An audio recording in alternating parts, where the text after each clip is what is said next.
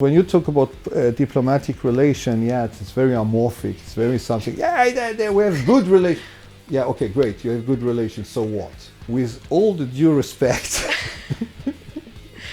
I don't know.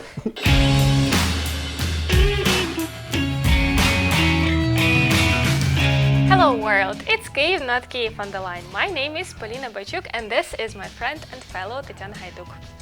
Today we have an outstanding guest, Mr. Ambassador of State of Israel to Ukraine, Mr. Joel Lion.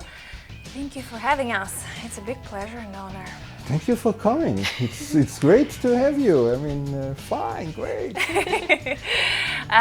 So let's start our conversation with a short block of personal questions, if you don't mind. I mind, but I don't have a choice. You don't. Okay, so let's start. Mr. Ambassador, your stay as the head of the diplomatic mission of the State of Israel is coming to an end. So what are your feelings now as you're soon leaving the country, and what are the brightest moments that are connected with Ukraine and with the people that you've been working here?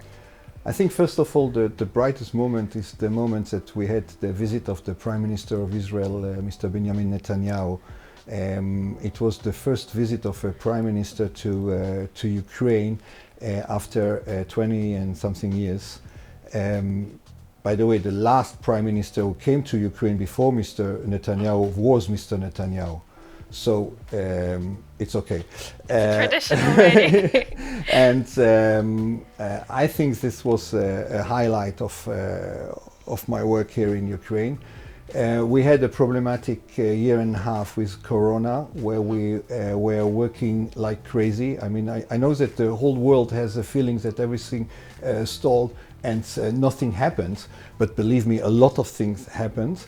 We had a great cooperation with Ukraine in order to save Israelis who were in China in the middle of the Corona, when the Corona COVID, sorry, in Hebrew we say Corona, so it's COVID-19.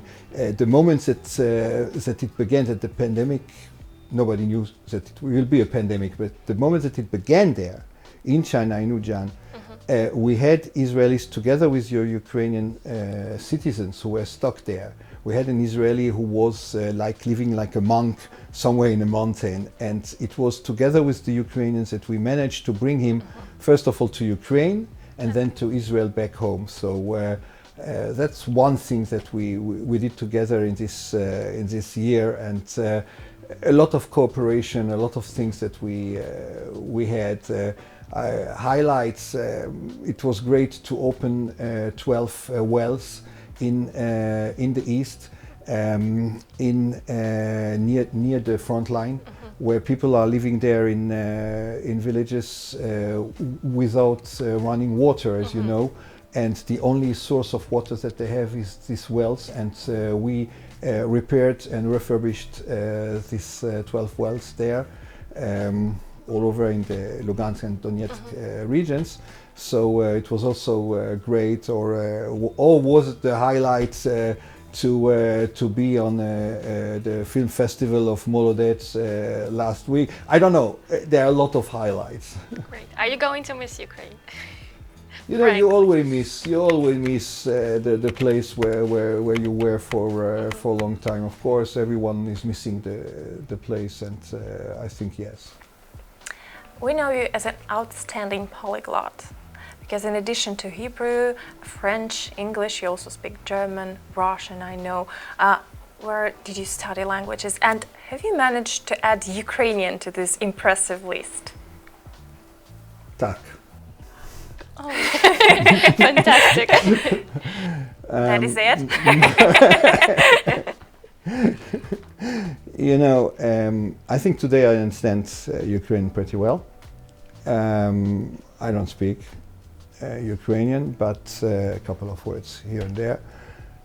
To begin, you know, when you begin lecture and you say, "Shanoni, gosti, hosti," everything is okay. But I was born with these languages. That's a good thing. I mean, we lived in France at the beginning, then we passed to Luxembourg with my family. So at home we spoke French, outside we spoke Luxembourgish and German, and in school, and English of course was a part, and Hebrew I began at the age of 3.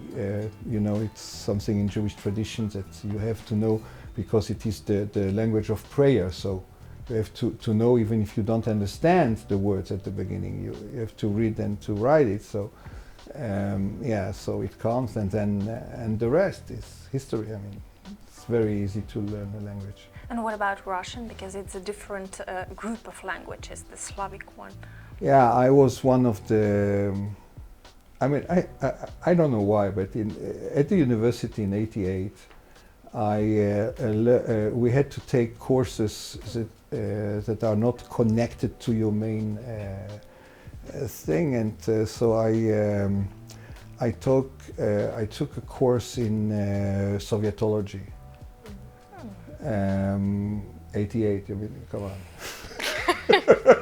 Who knew that would never use it in your life? So we had the basic Russian courses there also to understand, and then I was in Riga, and I was in Austria, no, but in Germany I used it with the Jewish community and so on. So I always. So even given that the Soviet Union collapsed, it wasn't a complete waste of time. Exactly. Something came out of this. I mean, it's okay, but it was okay. I mean, you never know. I mean, sometimes you bet on the wrong horse. Okay, so let's slightly move from the personal questions to the most interesting part, which is the political block. I thought the personal questions was the most interesting part. Personally for me and Tatiana, yes, but for the audience, they are waiting for the. Let's check. What will they write in the comments? I mean, of course.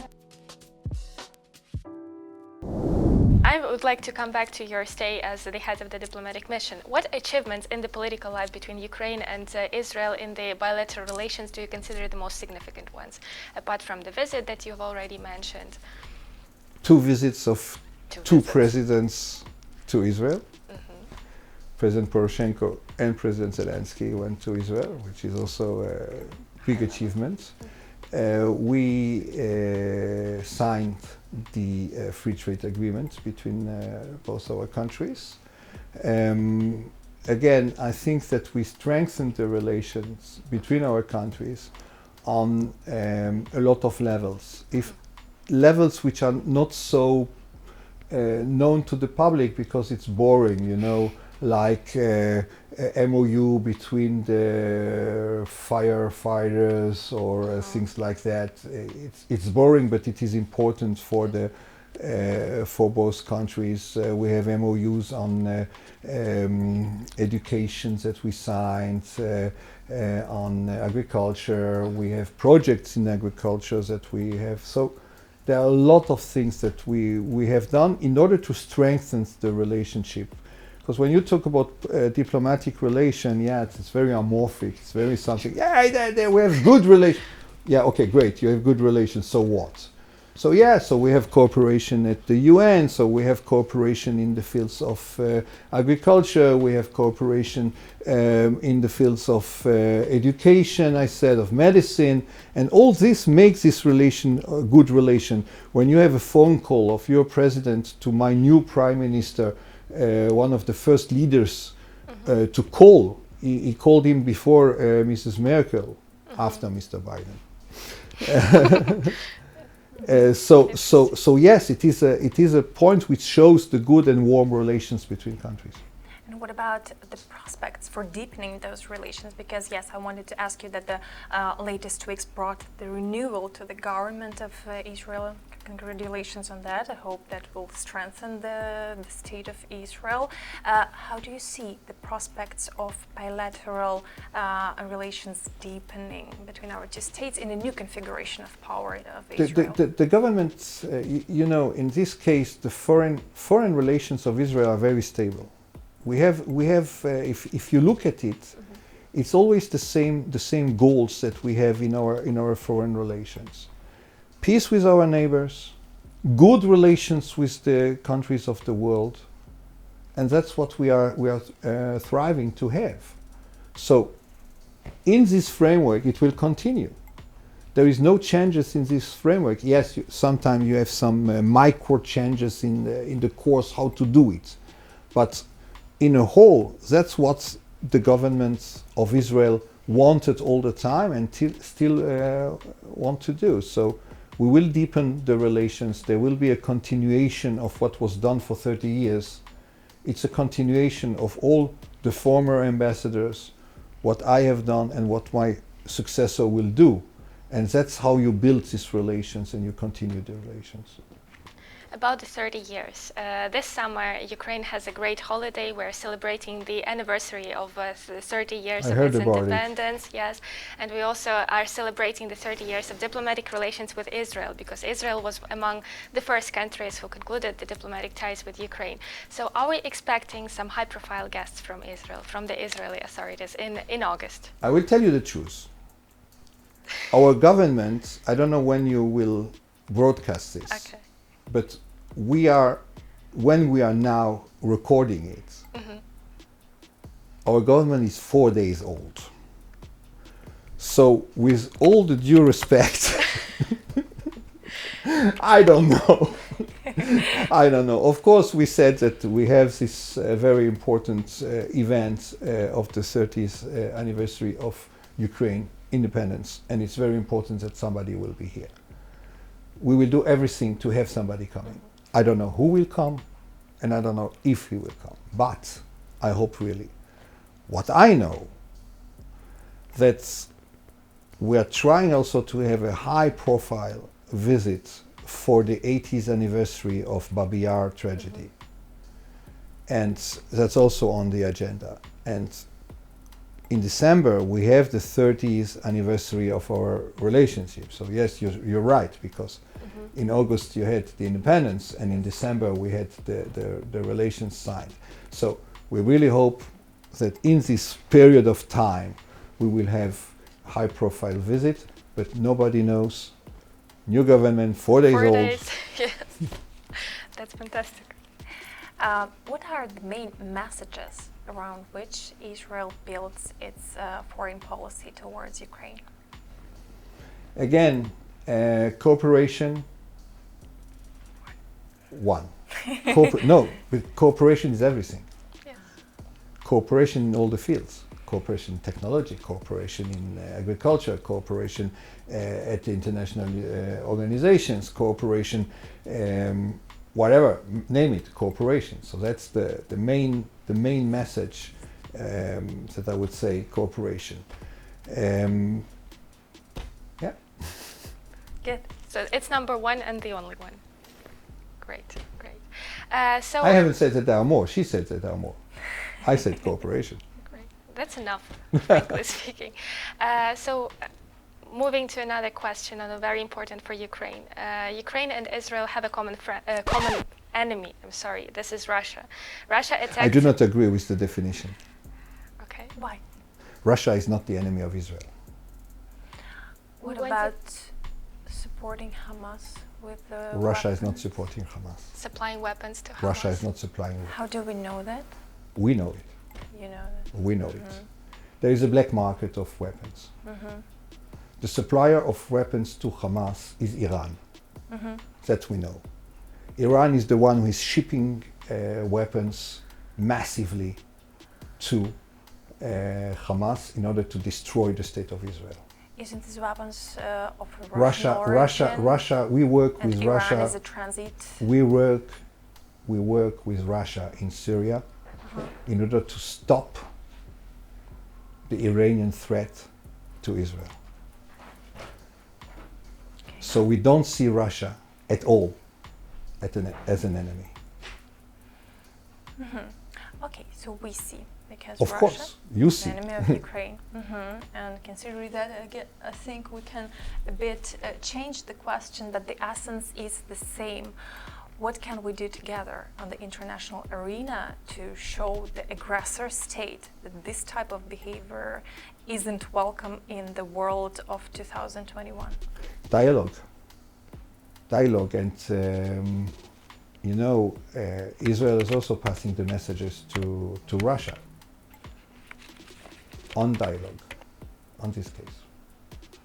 Russia does not recognize itself as the part of the conflict, so Yeah, it's quite difficult to build a dialogue with a country which is not a part of this dialogue. It is. which denies itself as part of a dialogue. It is a complicated situation. It is a complicated situation. We support Ukraine. If you look at the UN, since 2016, since the first time that the two resolution, one about the human rights in Crimea and the second about the militarization of Crimea, Israel voted in favor of this resolution all the time. Mm-hmm. Because So- we both share big respect for the integrity, territorial integrity of our countries. So that's How that's the point. So that's the point.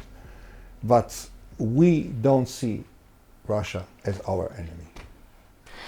Let us please slightly move to another one, which is really important, and we even had a chance to discuss it before we started filming, but still I wanted to ask, and I will.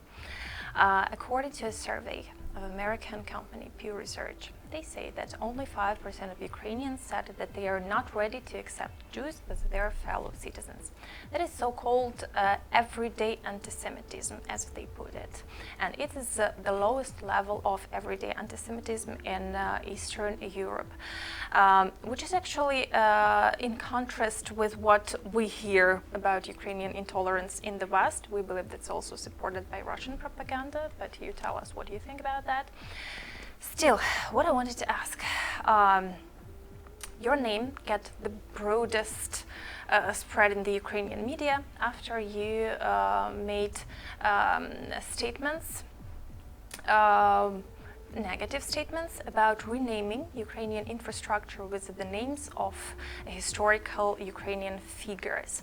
Let me please agree here with those who say that these are historians who have to deal with historical memory and justice, and we diplomats have to work hard to make our relations between our countries better. So here finally comes the question. What effect or what benefits for bilateral relations development have you managed to achieve through such statements that were so ambiguously perceived in Ukraine? Having these basics, I would add another point. Definition of antisemitism. What is antisemitism? The perception of something as anti-Semitic. One can say it is very personal, one can say it is something that you see as an act. We can say a lot of things. There is an international definition of anti-Semitism which was accepted by, I would say, most of the Western countries. And this definition defines exactly what is anti-Semitism. Now, when you take according to this definition, and you will do the survey as, for example, AJC did, according to the definition of anti-Semitism, the picture is totally different. And Ukraine is the third country after Poland and Greece to be anti-Semitic. What do you believe to be the reasons for that? The reasons are that people don't know that they are anti-Semitic when they say or do something. And that's a huge problem because it offends the Jewish population. We, the State of Israel, who are the representative of the Jewish people in the world. The State of Israel is also the voice of those who do not have anymore a voice, means the Holocaust victims. And there are things that we see as intolerable for us. So in one interview I said once that your heroes are our nightmare. I will give you examples from older history. We are praying 2 days a year a very strong fasting day, which is called Tisha B'Av. The second fasting day is Yom Kippur. Yom Kippur is the Day of Atonement, and the second fasting day is Tisha B'Av. Tisha B'Av, the 9th of Av, remembers us, first of all, of the destruction of the Second Temple in Jerusalem in the year 70. But in Tisha B'Av, we're also remembering all the big events, bad events, what happened for the Jewish people.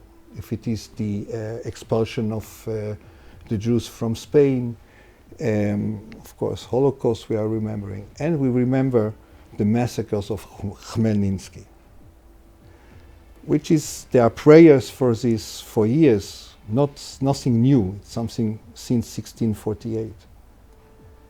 It's called the Valley of Tears. So in the Jewish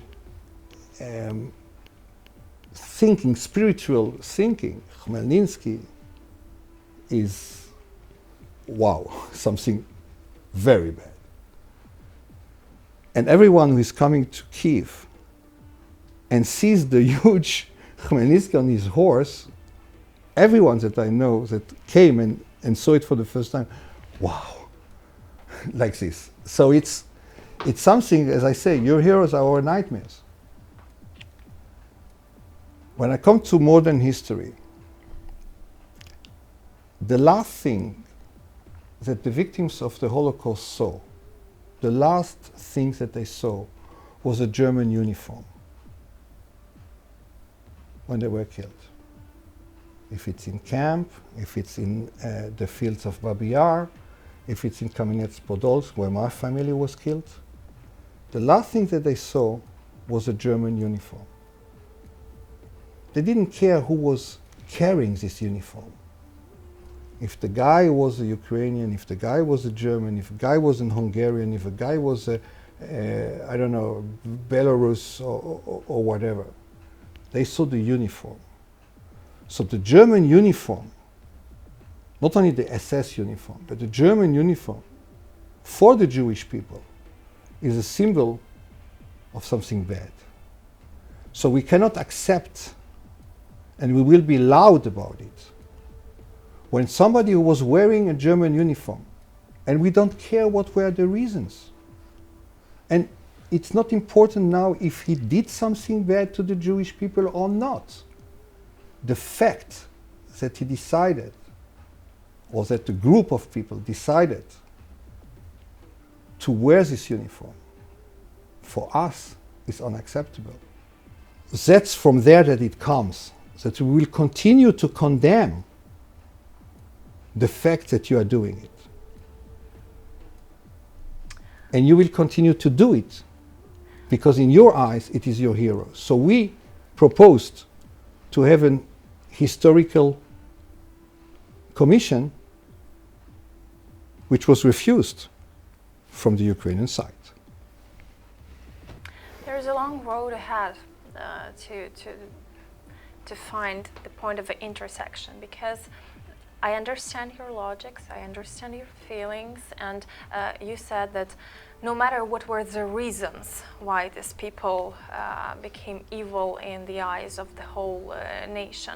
And of course, when it comes to massive killings, when it comes to Holodomor, it's really not appropriate to find some arguments on contrary of that. But it's important for Ukrainians to get to know the reasons why those people who big part of the society perceives as the heroes did what they did, were who they were. That's important for Ukrainian side. That's why, yes, we understand that that's a super sensitive issue. We understand it's a part of your history, but you have to look at your history with open eyes. And I hope that your Ministry of Culture, maybe somebody's listening, will change the idea about the historical commission, and we will be able to have this commission. Okay. So I would like to ask the question that that Ukraine feels also pain about. This is the question about Holodomor.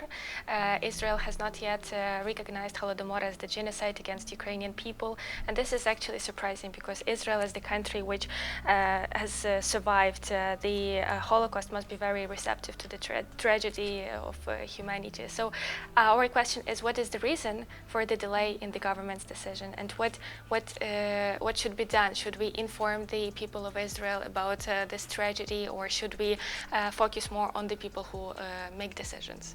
It's bad information or bad lobbying, actually. No, I will tell you, it comes from a totally other thing. First of all, Prime Minister Netanyahu wrote a letter to President Poroshenko at the time of the 75th anniversary. I don't remember which was the last one.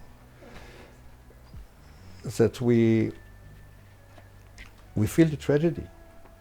We don't say that nothing happened. There was a huge tragedy here where people died.